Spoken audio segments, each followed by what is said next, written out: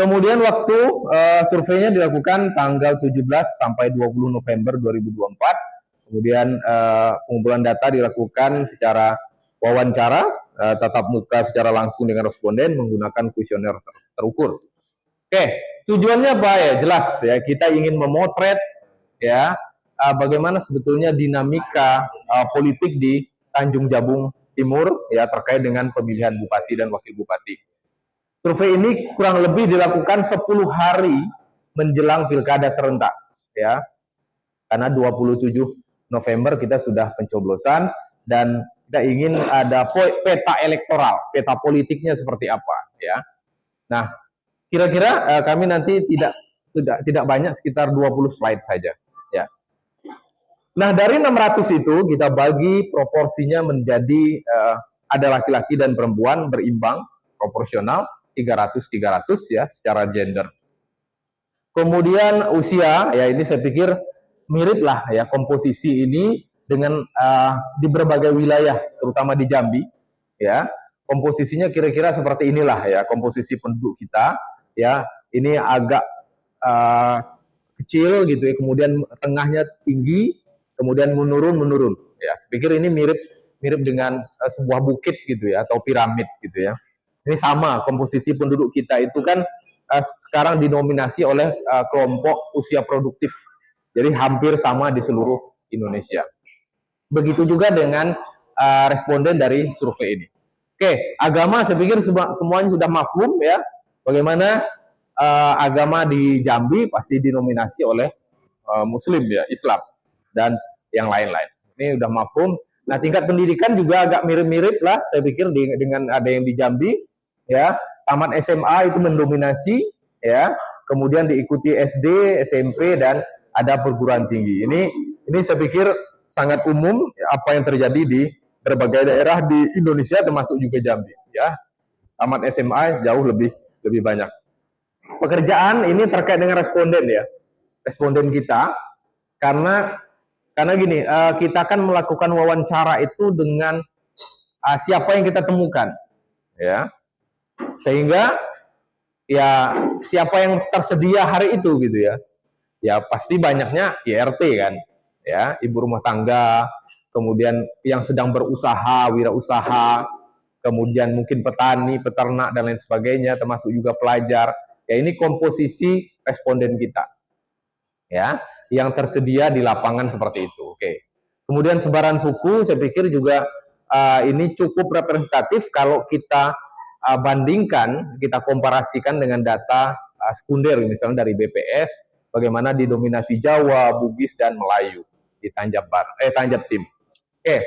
Nah, kita juga memotret bagaimana sebetulnya media sosial yang digunakan oleh warga Tanjab Tim. Ya, Facebook masih mendominasi. Ya, Facebook kemudian diikuti oleh ya 3 serangkai gini ya medsos ini ya. Ada IG, TikTok dan YouTube. Saya pikir ini komposisi yang biasa saja sebetulnya di dalam masyarakat kita. Tetapi memang Facebook masih mendominasi di setiap survei yang kami lakukan ya.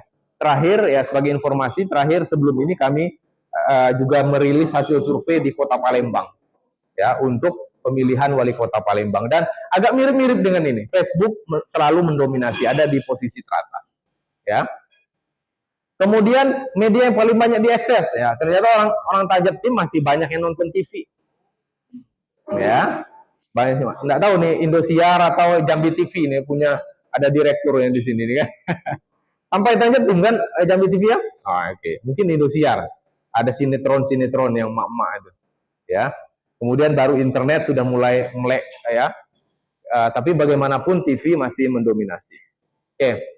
Nah, kita juga bertanya ya, survei ini juga memotret bagaimana kemudian karena mereka mengakses media ya, media sosial, Facebook terutama, kemudian TV. Kemudian ketika di media-media itu diberitakan tentang politik, khususnya tentang kandidat, ya, ngaruh nggak, ngefek nggak kira-kira? Ya, ternyata cukup dominan. Ya, banyak berpengaruh. Kita bagi menjadi 3 ini ya, sedikit berpengaruh dan tidak berpengaruh. Kalau ini digabungkan cukup luar biasa. Artinya sebetulnya pemberitaan cukup ngefek dalam pilihan-pilihan politik. Ya. Nah, kita juga bertanya, masyarakat Tanjab Tim itu atau responden di Tanjab Tim itu tahu informasi mengenai adanya pilkada, bahwa akan ada pemilihan bupati dan wakil bupati Tanjab Tim itu lewat mana, melalui apa? Baliho, selalu seperti itu. Ya, makanya baliho bertebaran di jalan-jalan, hampir setiap sudut ada itu dengan berbagai variasi ukuran. Kemudian baru diikuti karena ini di daerah ya. Jadi informasi dari mulut ke mulut itu penting. Ya. Ini dua-duanya masih konvensional sebetulnya, tetapi sangat ngefek dalam masyarakat. Ya, kalau ini kan konvensional, media luar ruang kalau orang komunikasi nyebutnya. Ya. Tapi juga informasi dari mulut ke mulut. Informasi dari teman, oh nanti nak nyoblos siapa dari situ. Nah, itu misalnya informasi-informasi itu penting gitu ya. Jadi pesan berantai mungkin ya, secara verbal itu menjadi sumber informasi utama. Baru kemudian diikuti media sosial. Nah, tadi ya media sosial mereka di Facebook dan lain sebagainya. Kemudian TV, ya keluarga, sosialisasi KPU. Ya, inilah sumber informasi dari terkait dengan pilkada, baik itu terkait kandidat, kemudian tata cara coblos dan lain sebagainya. Yang jelas kita rangkum menjadi sumber informasi tentang pilkada. Nah, kami juga bertanya, kira-kira masyarakat yang kita survei ini nanti datang nggak sih ke TPS pada tanggal 27 November itu?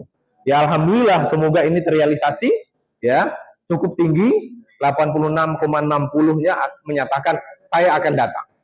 Artinya mereka baik sudah punya pilihan maupun belum punya pilihan, mereka tetap akan datang. Nah ini perlu diapresiasi sebetulnya, ya kerja-kerja kita semua tentu saja, teman-teman media apalagi gitu ya.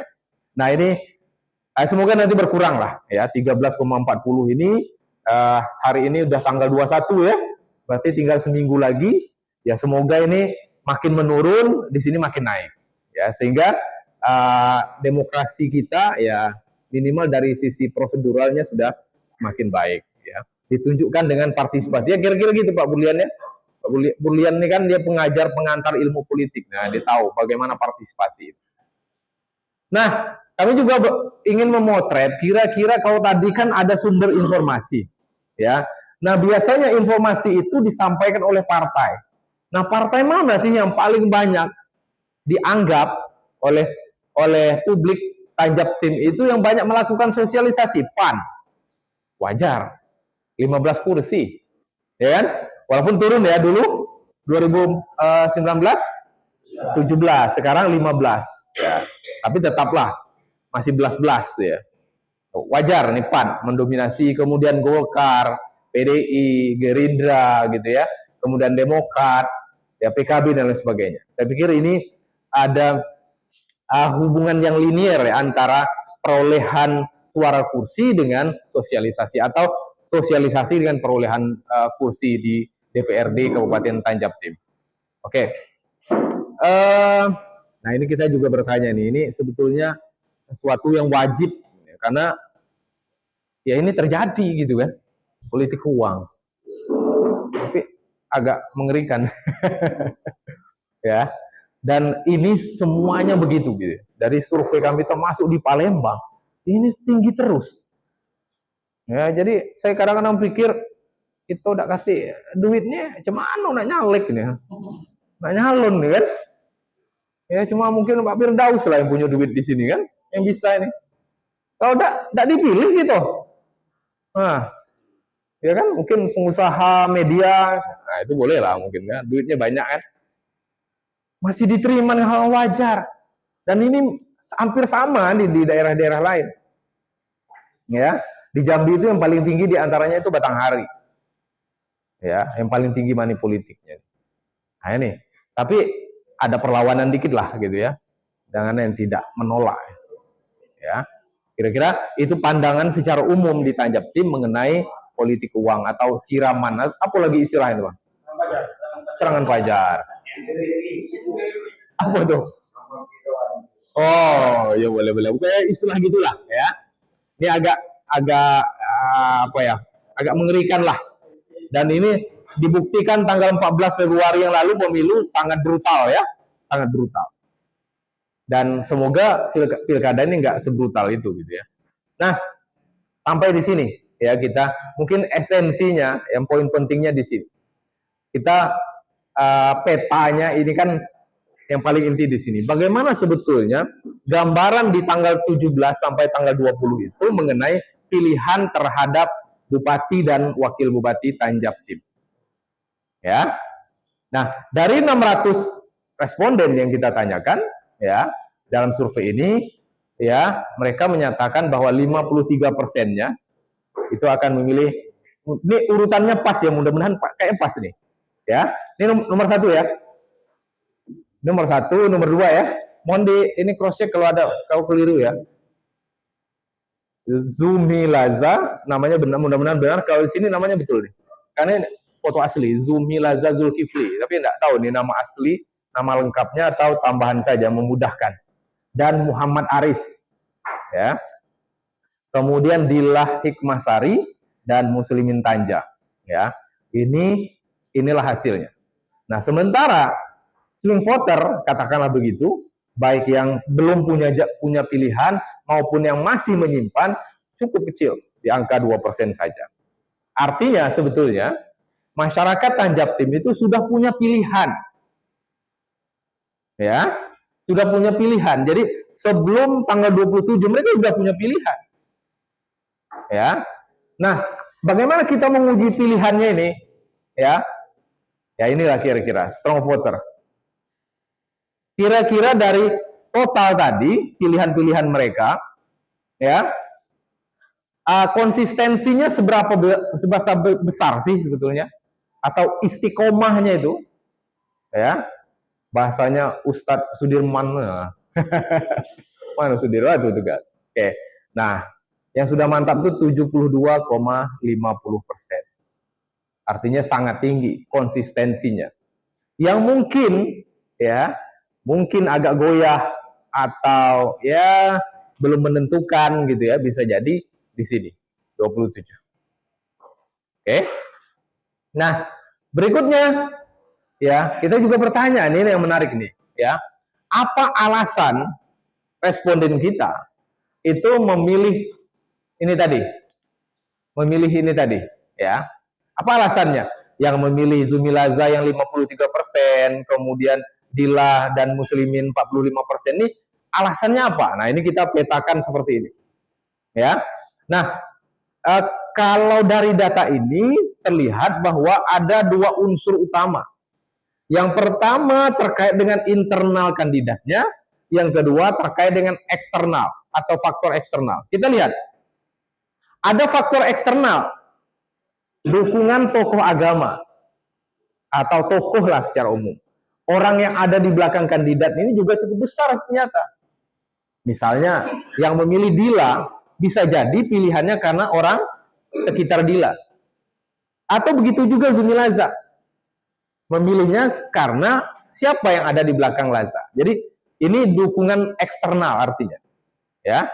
Kemudian ada juga yang hampir sama-sama besar, orangnya pintar, artinya internal. Kapasitas individunya. Ya, kapasitas kandidat itu diakui, yang menarik pilihan. Kemudian orangnya tegas, berarti internal juga kapasitasnya. Ya, kemudian dianggap reformis, mungkin memberikan sesuatu yang apa ya, reformis biasanya, sesuatu yang baru, ya, yang berbeda dengan sebelumnya, itu biasanya gitu ya. Ini kan bahasa sederhananya kita saja. Ya, ada 14%. Yang juga cukup tinggi misalnya apa? Kinerjanya bagus, artinya mungkin dikenal selama ini, apakah mungkin karena arisnya, ya, ada calon di situ karena mantan anggota dewan gitu ya, kinerja yang dianggap bagus, berarti terkait dengan kapasitas individunya.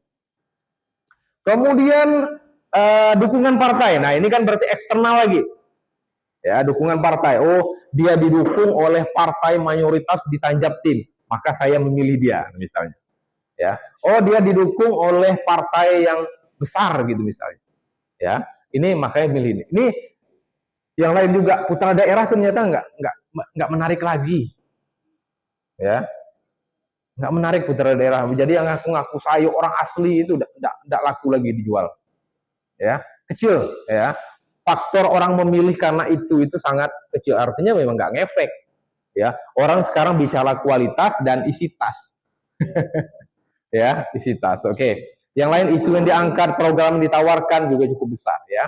Dari sini berarti calon bupati atau kandidat itu harus memiliki kapasitas dirinya dan kapasitas orang yang ada di sekitarnya.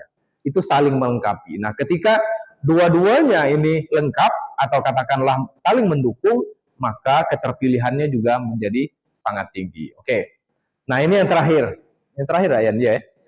Ya, ini yang terakhir.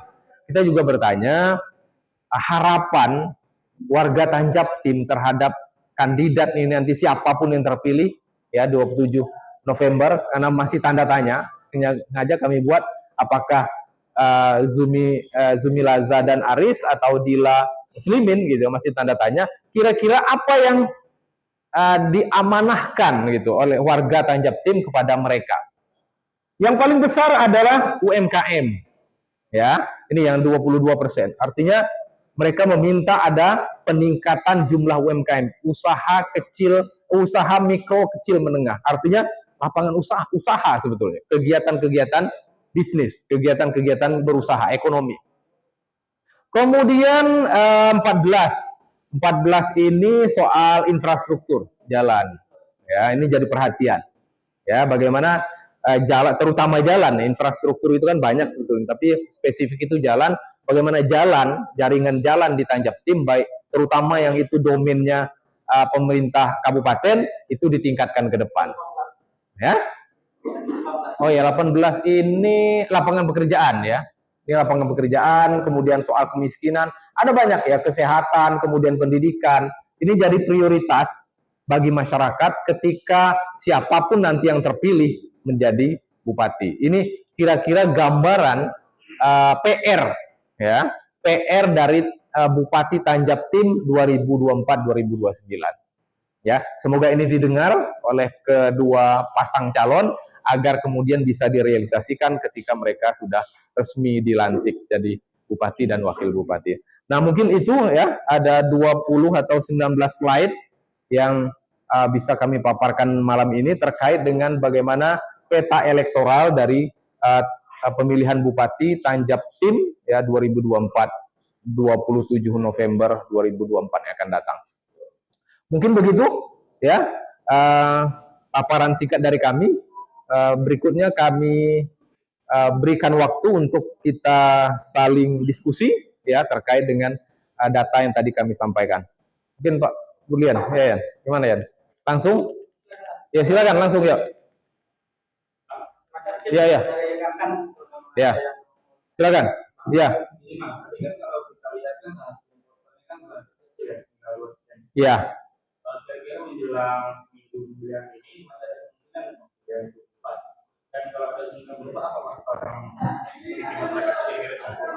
Ya, rasanya kalau beberapa pengalaman ya, kalau kita lihat mana tadi? Coba tadi yang ini ya, swing voter coba. Ya, ini kan kecil ya.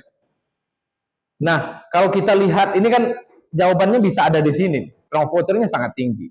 Ya, artinya perubahan-perubahan dalam waktu seminggu ya, sampai rasanya ya. 6 hari lah. 6 hari rasanya perubahan signifikan itu tidak terjadi. Biasanya dalam beberapa kasus yang selama ya banyaklah yang ngurusin ini ya, menyampaikan informasi terkait data misalnya, perubahan signifikan itu akan terjadi di atas 3 bulan. Ya, 3 bulan, 4 bulan lebih gitu ya waktunya, jaraknya dengan hari H itu biasanya perubahan akan terjadi. Ya, tetapi kalau waktunya sudah mepet, kemudian swing voternya juga sangat kecil, saya pikir tidak akan ada perubahan yang signifikan.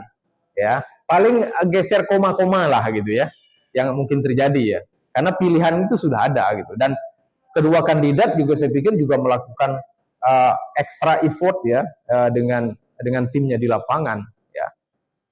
Jadi kalau yang unggul itu tinggal defensifnya aja kemudian ya yang harus dilakukan. Saya pikir itu ya, rasanya tidak ada ya, kecuali, nah biasanya kita selalu menyampaikan ya, kecuali apa? Ada tsunami politik ya, Di antara tsunami politik itu adalah money politik yang besar-besaran di satu pihak, sementara pihak lain ini nggak ada.